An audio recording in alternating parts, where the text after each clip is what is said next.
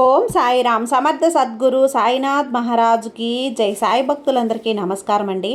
మన బాబాగారి దయ వల్ల మనందరం బాగుండాలి, సంతోషంగా ఉండాలి అని చెప్పి మనస్ఫూర్తిగా కోరుకుంటూ ఈరోజు వీడియో స్టార్ట్ చేస్తున్నాను ఫ్రెండ్స్.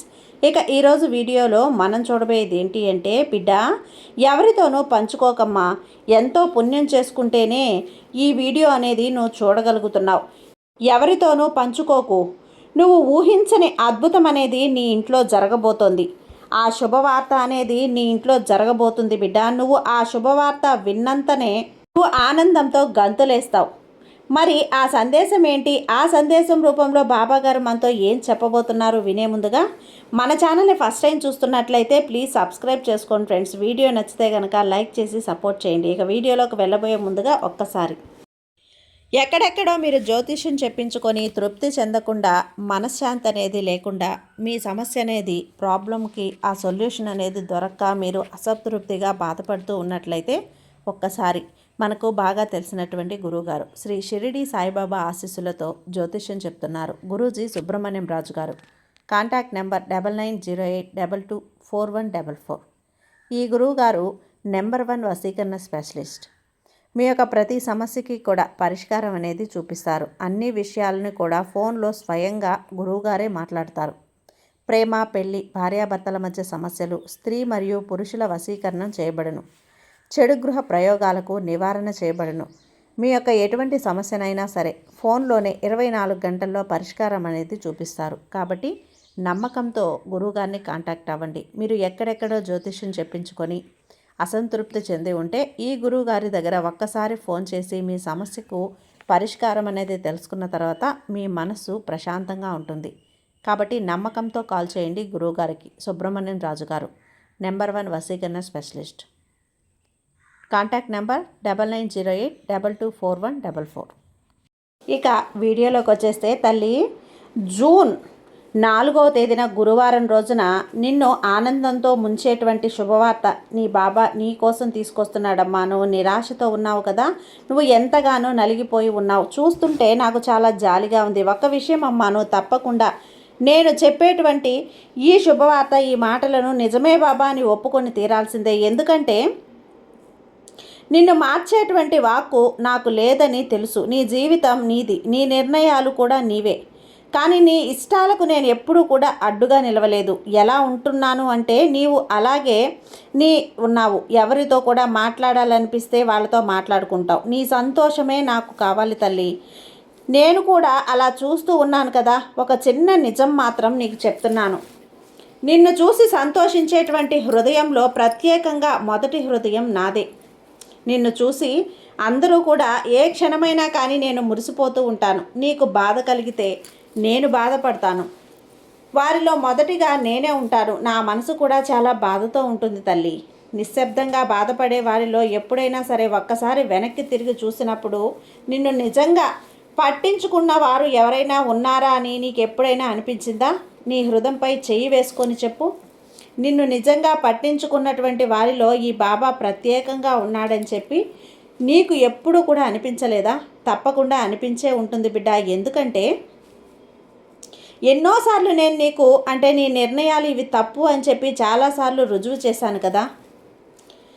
కానీ నీవు మాత్రం నీకు తగినటువంటి నిర్ణయాలను నీవే చేసి మరీ చూపించావు. కానీ నీవు మాత్రం ఎప్పుడూ కూడా నువ్వు తీసుకునే నిర్ణయాలను, నీ ఇష్టాలకు కూడా నేను ఎప్పుడూ అడ్డుగా నిలవలేదు. ముందు ఒకటి అడుగుతాను, చేసేది మరొక పని చేస్తావు. ఇది నా జీవితం, నా సంతోషం కోసం అని చెప్పి అంటావు. నేను ఏదైనా చేస్తాను అంటావు. ఇప్పుడున్నది చాలా తక్కువ సమయం బిడ్డ. ఈ జీవితంలో నేను ఏదో సాధించాలనేటువంటి దిశగా కాకుండా నా సంతోషం కోసం నా ఇష్టమైనటువంటి పనులను నేను చేసుకుంటూ వెళ్ళానని చెప్పి నీకు ఎవరితో ఎప్పుడైనా ఇష్టమైతే ఎవరితోనైనా మాట్లాడాలనిపిస్తే వాళ్ళతో మాట్లాడుకుంటూ నీకు సంబంధించినటువంటి ప్రతి విషయాన్ని కూడా నీకు చెప్పుకుంటూ వెళ్ళిపోయావు. ఈరోజు నీ జీవితంలో ఒక తెలియనటువంటి బాధను, భరించలేనటువంటి విసిగిపోయినటువంటి రోజులను ఇలా ఒక బందీలో గడుపుతూ ఉన్నావు. చూడు, నీ జీవిత భాగస్వామే కావచ్చు, లేదా నీ ప్రేమ బంధమే కావచ్చు, నీకు సంబంధించింది ఏదైనా కానీ, ఏ పనినైనా కానీ, నువ్వు ఎప్పుడైనా కానీ అన్ని విషయాలు కూడా చక్కగా తీర్చిదిద్దడంలో ఎప్పుడూ కూడా విఫలమైపోయావు. ఎందుకో తెలుసా? నీకు సంబంధించి నీ జీవిత భాగస్వామి నీ గురించి ఎంతో బాగా ఆలోచించారు. అలాగే నీకు ఇంటికి మంచి పేరు తీసుకొచ్చారు. నీ ఇంటికి సంబంధించి చిన్న పనైనా సరే, పెద్ద పనైనా సరే, పిల్లలు సరిగ్గా పెరిగినా పెరగకపోయినా, ఇంట్లో ఏ చిన్న వస్తువు కనపడకపోయినా, ఇల్లు శుభ్రంగా ఉన్నా లేకపోయినా, ఆర్థిక ఇబ్బందులు వచ్చినా సర్దుకుపోవాలని చెప్పి, ఇంటికి వచ్చిన వారికి మర్యాదలు చెయ్యాలి అని చెప్పి, కుటుంబం పొద్దున్నే నిద్ర లేచినప్పటి నుంచి రాత్రి పడుకునే వరకు ప్రతి పనిలో కూడా, ప్రతి అవసరానికి ప్రతిరోజు ఒక అమ్మగా, ఒక భార్యగా, ఒక చేదోడు వాదోడుగా, ఒక స్నేహితురాలుగా, ప్రతిదీ కూడా ప్రతిరోజు కూడా ప్రతి విషయంలో గుర్తొచ్చినటువంటి నీ జీవిత భాగస్వామి ఆ స్త్రీమూర్తి ఇప్పుడు మీ ఇంటికి సంబంధించినటువంటి నిర్ణయాల దగ్గర మాత్రం, ముఖ్యమైనటువంటి ఆర్థికపరమైనటువంటి విషయాల గురించి మాత్రం చాలా చాలా నీకు దూరమైపోయిందా బిడ్డ? అసలు నీ జీవిత భాగస్వామికి ఏం తెలుసు? అసలు వాళ్ళతో ఏం మాట్లాడాలి, ఏంటి, వారికి నేను విలువ ఇచ్చేదేంటి అని నీవు చాలా గర్వంతో ప్రవర్తించినటువంటి రోజులున్నాయి. ఎన్నోసార్లు నీ జీవిత భాగస్వామిని నీవు చిన్నచూపు చూసావు. కేవలం పనులకు మాత్రమే వాడుకున్నావు. గుర్తొచ్చినటువంటి మనిషిని ఏమంటారో తెలుసా? మీ మనస్సాక్షికే తెలియాలి తల్లి. కుటుంబ సభ్యులని మాత్రం అనరు. అందరూ కూడా అలాగే మీలాగే ఉంటారని చెప్పి నేను అనటం లేదు, కానీ కొంతమంది మాత్రం నిజం చెప్పాలంటే మీ జీవితంలో ఏ వస్తువు కానీ, ఏ పనైనా కానీ, లేదా పిల్లలు, ఏ పెద్దల విషయమైనా కానీ, ఇల్లు శుభ్రంగా కానీ, ఇలా ఏ విషయంలోనైనా ఒక సలహా అనేది, ఏదైనా సమస్య కానీ, ఇలా మీకు సంబంధించిన అవసరం ఏదైనా కానీ, ముందుండున్నటువంటి మీ జీవిత భాగస్వామి మాత్రం నీకు సంబంధించినటువంటి పర్సనల్ విషయాల్లో మాత్రం తలగూర్చకూడదని చెప్పి అనుకుంటున్నావా? ఎప్పుడైనా కానీ ఒకటి గుర్తుపెట్టుకో, నా సర్వస్వము కూడా తనేనని చెప్పి 7 అడుగులు వేసి వారితో మొదటి అడుగు నుండి కూడా ఇప్పటి వరకు మీ ప్రయాణం ఎంత బాగా నడిచిందో ఒక్కసారి గుర్తు చేసుకో. చూడు, జీవితంలో ఏదైనా కోల్పోతే తర్వాత మళ్ళా పొందవచ్చేమో, కానీ జీవిత భాగస్వామి అర్థం చేసుకునేటువంటి మీ జీవిత భాగస్వామి దొరికినప్పుడు మరలా వారితో మళ్ళీ మనకు ఏర్పడినటువంటి ఒక ముఖ్యమైనటువంటి బంధాన్ని మనం కోల్పోయినప్పుడు ఆ బాధ ఎలా ఉంటుందో నాకు తెలుసు. ప్రస్తుతం నువ్వు అనుభవిస్తున్నటువంటి బాధ చాలా పెద్దది. చూడు, మీ అమ్మా నాన్న విలువను నువ్వు అర్థం చేసుకోలేదు. నీ జీవిత భాగస్వామి విలువను అర్థం చేసుకోలేదు. ఎప్పుడూ కూడా తెలియనటువంటి ఒక వింతైనటువంటి లోకంలో నువ్వు గడుపుతూ ఉన్నావు. కేవలం నా జీవితం నా ఇష్టానుసారంగా జరగాలి అనుకొని చెడు వ్యసనాలకు లోనయ్యావు. అలాగే చెడు స్నేహితులతో ఎక్కువ కాలం గడుపుతూ ఉన్నావు. సమయాన్ని కూడా వృధా చేసుకుంటూ ఉన్నావు. నేను ఎప్పుడూ కూడా నేను ప్రేమిస్తూ ఉంటాను, నీ కుటుంబాన్ని సైతం ప్రేమిస్తూ ఉంటాను. కానీ చూడు, ఈరోజు నీ జీవితం ఇలా చిందరవందరగా కావటానికి చాలా బాధగా ఉందమ్మా. నీవు నన్ను పిలిచినా పిలవకపోయినా కేవలం అంటే కేవలం నీ జీవితంలో ఒక్కసారైనా సరే నా పేరును తలుచుకున్నావు కాబట్టే నీకు ఈ విధమైనటువంటి సహాయాన్ని చేయలేకపోతున్నానని ప్రతిరోజు కూడా దుఃఖిస్తూ ఉన్నాను. నేను ఈరోజు చెప్తున్నాను, నీ జీవితంలో నువ్వు ఏం కోల్పోయావో, ఎవరిని దూరం పెట్టావో, అలాగే ఏ సమయాన్ని వృధా చేశావో అనేది నువ్వు తప్పకుండా తెలుసుకోవాలనే ప్రయత్నంతో ఈ సందేశం రూపంలో నేను నీ ముందుకు వచ్చాను. చూడు, నీ జీవితంలో ఎప్పుడైనా కానీ ఒకటి అర్థం చేసుకో. ఇప్పుడు ప్రస్తుతం నువ్వు గడుపుతున్నటువంటి ఆ కాలమంతా కూడా, నువ్వు నిలబడి ఉన్నటువంటి ఈ భూమి సైతం కూడా స్త్రీమూర్తే.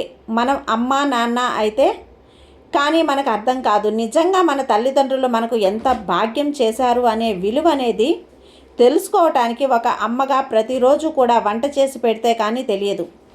చిన్నప్పుడు మన కోసం అమ్మ ఎంత కష్టపడింది, మన కోసం పాకులాడి మరీ వంట చేసి పెట్టి మనం తినడం లేదని చెప్పి బాధపడుతూ ఈరోజు ఆ అబ్బాయి ఆ అమ్మాయి తినలేదని చెప్పి ఎంత దిగులు పడతారు అనేది ఒక అమ్మగా రోజు కూడా నిన్ను ప్రేమిస్తే మాత్రం నీకు ఎలా అర్థమవుతుంది? ఉద్యోగం వ్యాపారం చేసి 4 రాళ్ళు సంపాదిస్తే కానీ తెలియదు ఒక నాన్న కష్టం ఎలా ఉంటుంది అని చెప్పేసి. ఒక నాన్న అయితే కానీ నాన్న గురించి ఆలోచించేటువంటి ఆలోచన పరులు ఈ లోకంలో ఎంతమంది ఉన్నారో మన ఇంటికి నడవడం మొదలు పెడితే కానీ తెలియదు. అమ్మా నాన్న మన కోసం ఎంత చేశారు అనేది ఈరోజు నువ్వు మీ అమ్మా నాన్నకు సరైనటువంటి గౌరవం కూడా ఇవ్వటం లేదు. వారిని చాలా నిర్లక్ష్యంతో చూస్తున్నావు. వారు నీ జన్మ ఇవ్వటమే కాదు, నీ అన్ని విధాలుగా కూడా మంచి వాళ్లను నేర్పించినటువంటి గురువులు నిజంగా చెప్పాలంటే దైవం కన్నా కూడా మిన్న వారే.